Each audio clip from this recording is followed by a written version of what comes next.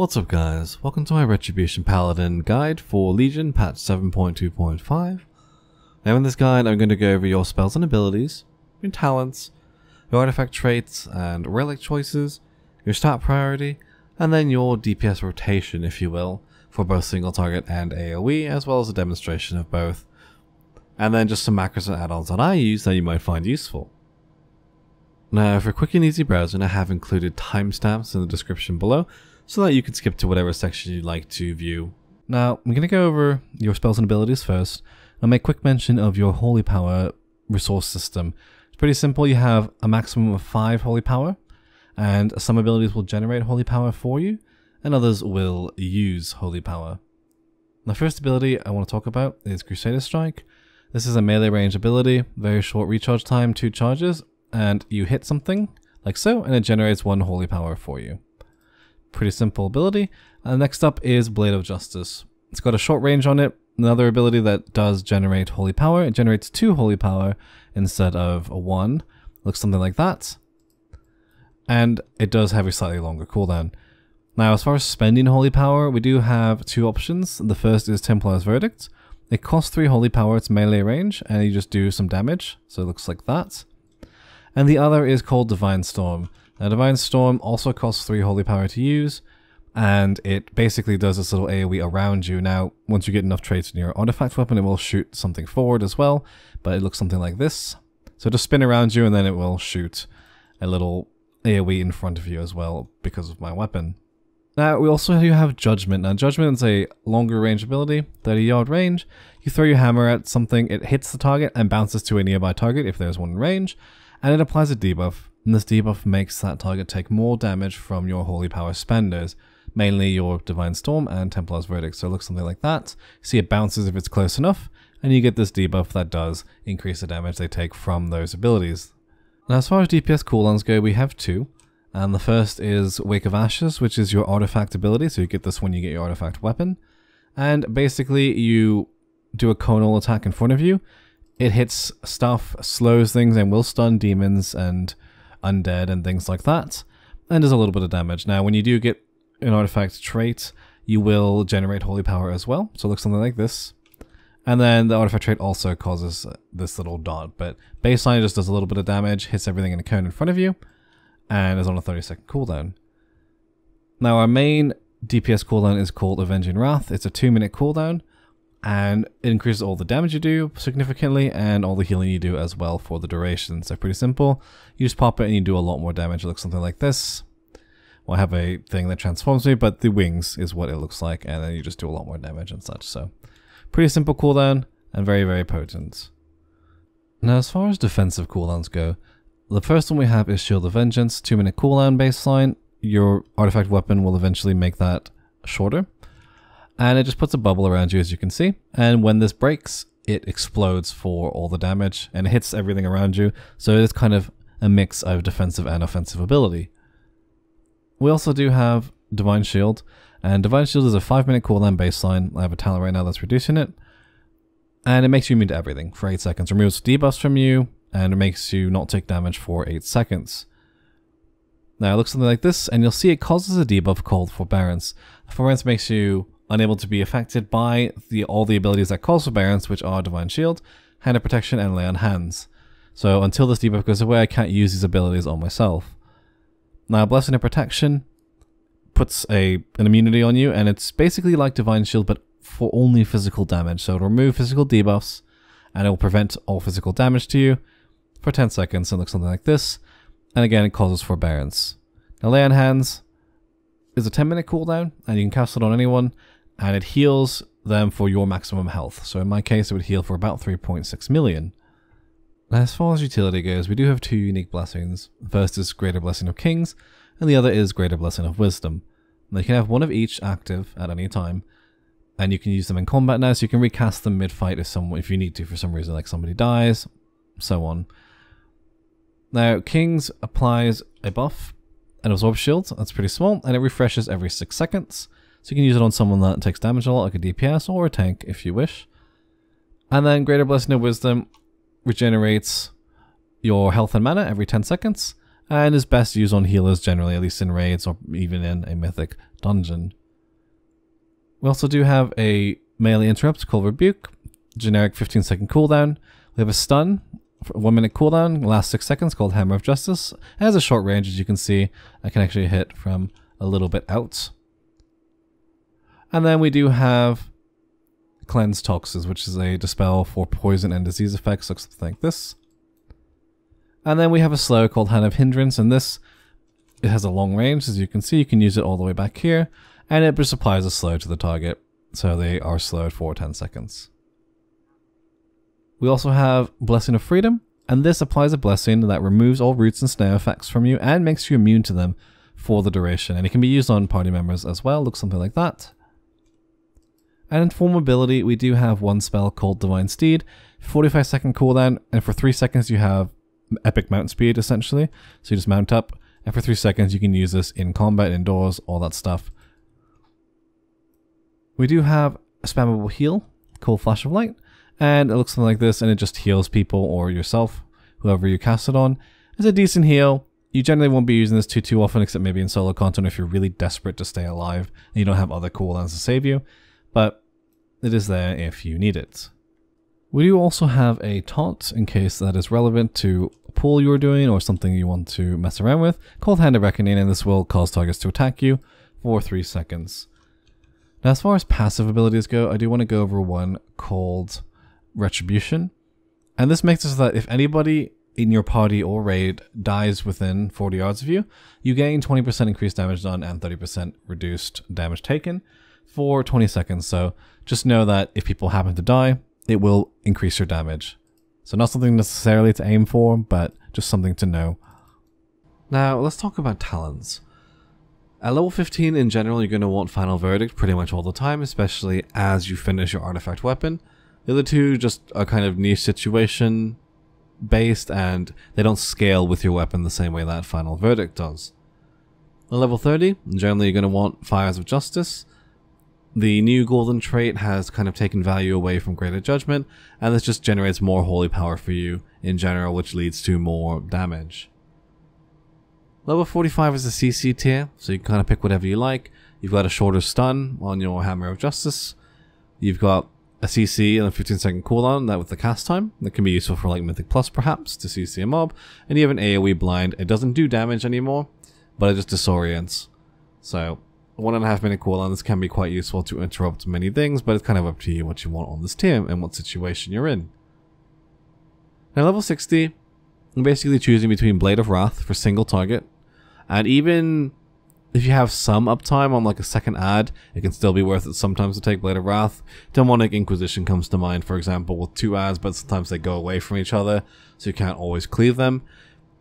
Blade of Wrath is still good, and then Divine Hammer for AoE or more constant cleave, so even at 2 targets, if they're up all the time and always next to each other, this can be better still. So single target and maybe a little bit of cleaving, and then Divine Hammer for anything more than that.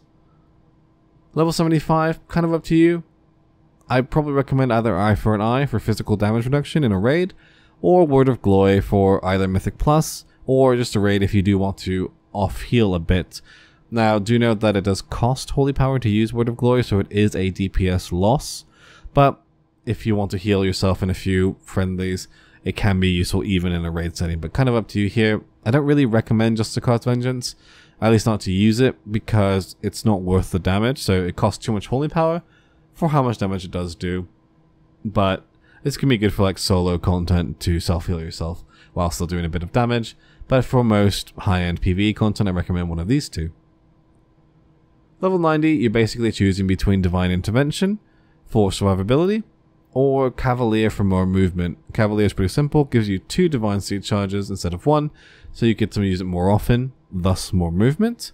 And Divine Intervention basically gives you an auto bubble. If you die, it procs your Divine Shield, assuming you don't have your Forbearance, and assuming that Divine Shield is available to be used, it's not on cooldown, and it does reduce the cooldown by a minute, so you have a 4-minute Divine Shield instead of a 5-minute. So generally, Divine Intervention if you're not sure, but if you really need the extra movement, Cavalier can be quite nice. And at level 100, it's basically just Crusade. There's no real choice here for PvE. If you want to do good damage as a ret, you will be using Crusade. The other two just don't hold up to it at all right now. Now I'm going to go over your artifact weapon, your traits and relic choices. And so you can start here at Wake of Ashes. And basically there's only one real path here. You go around the long way, Blade of Light, Deliver the Justice, Sharpened Edge, grab Wrath of the Ashbringer, go all the way around, High Lord's Judgment, Endless Resolve, Might of the Templar, and then your first golden trait here, Ashes to Ashes, which does buff up your Wake of Ashes. Now after that, I recommend grabbing Echo of the High Lord, so you will have to grab Deflection first, and then grab this, and this does make your Ashbringer mimic your Templar's Verdict and Divine Storm, so when you see it imitating your attack, that's what it is. And then go down here for your third golden trait. You have to grab Embrace the Light along the way, and this makes your Divine Storm shoot forward and do more damage. And then after that, kind of finish up whatever is left. I recommend grabbing Righteous Blade, and then Unbreakable Will and Protector of the Ashen Blade, and finishing up with Healing Storm. Now the last three, Unbreakable Will, Protector of the Ashen Blade, and Healing Storm, excuse me, you can pick in whatever order you like. They're all pretty irrelevant. So at this point, you'll have 34 traits, and then you'll put your 35th point into Ashbringer's Light, and then you'll go do your Broken Shore questline, open up the new traits, as well as new points in your old traits that have 3 points already. And so I recommend at this point to grab the new stuff. Definitely Ferocity of the Silver Hand, Righteous Verdict, Blessing of the Ashbringer, and your new golden trait, Judge Unworthy, which does spread your judgment debuff when you do damage to the targets that already have it. It's really good for AoE, and is really nice addition to our arsenal. After that, grab Wrath of the Ashbringer, and then Righteous Blade and Might of the Templar, whichever order you choose. Single target, if you want to focus on that a bit earlier, you can grab Might of the Templar, and of course for AoE you would grab Righteous Blade. And then grab Deliver the Justice, and then grab Sharpened Edge and High Lord's Judgment, in whichever order you choose. They're basically about the same value. And then probably Deflection next, and then Protector of the Ashen Blade, and then finish up with Embrace the Light, and then of course Concordance. The last three are kind of up to you in what order you really want them in, but I do recommend that order. It will make the most effective addition, I believe, but none of them really affect your DPS all that much. Now as far as relics go, Wrath of the Ashbringer is your best, and you want this so badly. It is worth just over 20 item levels, I believe, on your relic, so versus a non-DPS trait like Embrace the Light, for example, or Protector of the Ashen Blade. So, for example, if I were comparing this 890 relic to, say, a relic that gave me Protector of the Ashen Blade, then I would add about 20 item levels or so about a 9-10 equivalent, and I would use that to compare to the non-DPS traits relic and see which one's better. And after that, for AoE, Righteous Blade is super strong, and is just under this, under Wrath of the Ashbringer for pure AoE. And then Deliver the Justice and Righteous Verdict are both very strong in general for all situations after that, so also excellent choices for traits. Followed by Might of the Templar for single target, and then High Lord's Judgment and Sharpened Edge again have about the same DPS value as traits after that.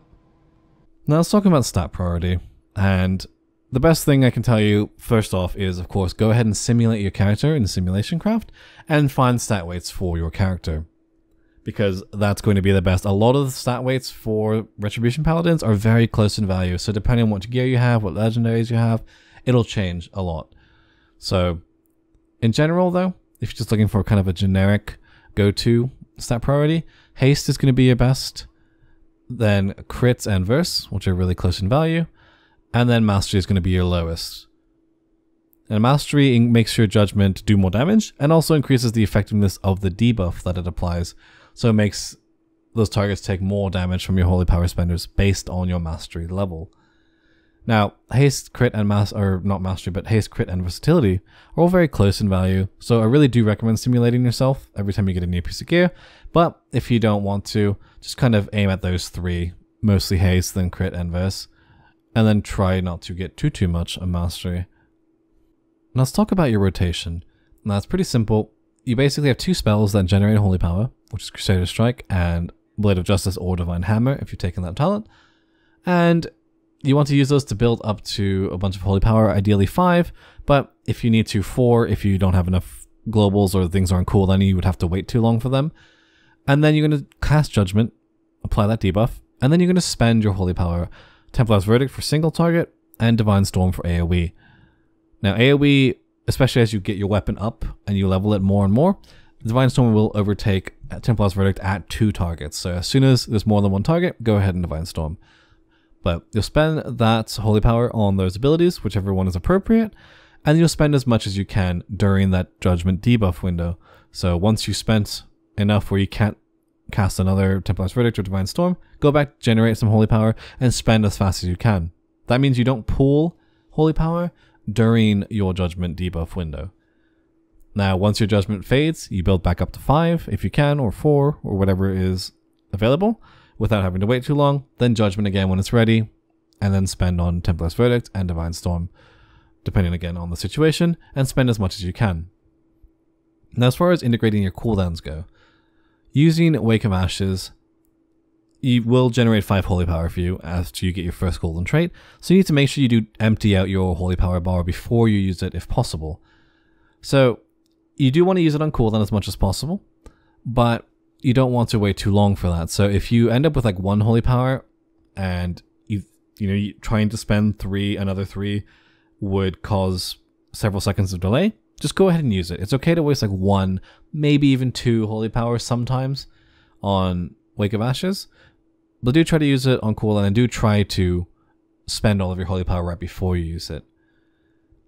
As far as Crusade goes, you do want to line it up with Crusade, your Wake of Ashes with Crusade if you can, but if you can't, that's okay as well, as long as you're using both on cooldown as much as possible, or close to on cooldown as you can. Crusade does start out as a weak cooldown, so you need to spend as much holy power as possible as soon as you've engaged Crusade. So you want to get to 15 stacks, which is the maximum, as fast as possible, so that you can just do your maximum damage for the most time that you can. That means you want to pull your holy power before you go into Crusade. So if you don't have Wake of Ashes, I recommend, or if you don't have it ready, I recommend just go to 5, so full holy power, then Judgment, and then Crusade, and then spend as much as you can. So Templar's Verdict or Divine Storm, build Templar's Verdict, Divine Storm as fast as you can. So as soon as you're able to use those, so if you have 3 holy power or 2 holy power plus Fires of Justice buff, something like that, just use it, spend it, make sure Judgment is active the whole time, and just get to 15 as fast as possible. Now, if you have Wake of Ashes available, what you can do instead is go to 3 holy power, or just be able to use, Templar's Verdict or Divine Storm, Judgment, Crusade, spend that, a Wake of Ashes, and then spend from there, because it'll give you a nice easy 5 holy power in Crusade for 1 global, which is really, really good to help build up stacks quickly.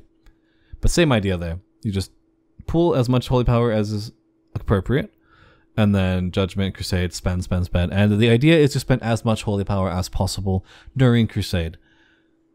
Now, sometimes you might run into, the very rare occasion you might run into dead global cooldown during Crusade. You can use Judgment to fill, because as you buff your haste, the cooldown of Judgment will actually be lower than the duration, so you don't have to worry about using it only before you spend holy power. But in general, outside of Crusade, only use Judgment when you're ready to spend holy power.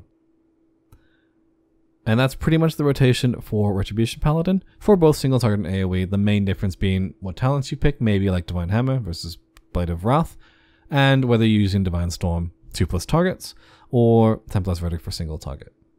Now I'm going to go ahead and show you on this dummy, and I'm going to talk about the opener briefly. It's basically the same thing as using Crusade with Wake of Ashes, but you'll pre-pot, of course, before the pool, then pop Divine Hammer or Blade of Justice if that's the talent you've chosen, and then Crusader Strike if you need to get to 3 holy power. So basically you're just opening with your Divine Hammer, and if that gets you enough holy power to spend on Templar's Verdict or Divine Storm, great. And if not, just use 1 Crusader Strike, get that last holy power, then Judgment, and then pop Crusade, Templar's Verdict or Divine Storm, again depending on the situation, and then Wake of Ashes, and then spend. Small note, if you have Liadrin's Fury Unleashed, just go to 2 holy power, because Crusade will automatically generate 1 at the start of your cooldown, but basically the same concept there. So we'll start. I'm not going to pre-pot, of course, here. And you guys will be able to follow along in the bottom left here. You'll see what abilities I'm casting, and I'll try to let you know what I'm thinking as well. So I go in, I'll pop Divine Hammer, and then I'll Crusade, Crusader Strike, Judgment, pop Crusade, Templar's Verdict, Wake of Ashes, Templars, and then just building Holy Power and spending it. Now, keeping an eye on my Judgment timer. Now I see I don't have Judgment right here, so I'll use it before I start spending Templar's Verdicts. You know, build Holy Power, Divine Hammers up, Crusader Strike. You just try to build as fast as possible, spend as much Holy Power as possible in this window. Use Judgment when you're ready to spend, or just to fill in dead globals, or when the debuff comes off in Crusade. And then here, we're just doing as much. Now I noticed that Wake of Ashes is about to come off, so I try to generate just enough. There we go, perfect. As soon as it's off, I empty my Holy Power, you use it, and then go back to my rotation. Now I'm out of Crusade here, so there'll be more pooling. So I have Judgment up, so I'm trying to spend as much as possible, kind of like in Crusade. I notice, okay, I can't spend right now. So instead what I'm going to do, I'm going to build to 5, Judgment, and then spend. Now once we're in Judgment, debuff window phase, like we're spending as much Holy Power as possible. So we spend there, and then we're done. So no more Judgment, try to build up.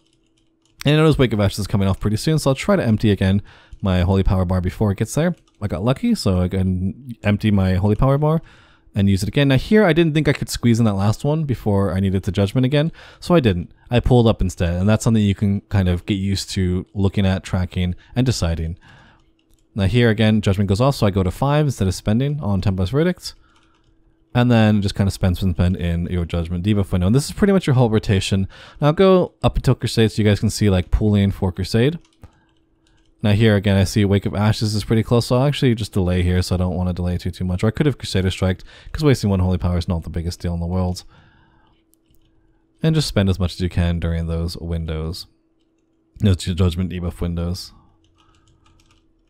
Now here again, out of Judgment, so I'll go ahead and build Judgment.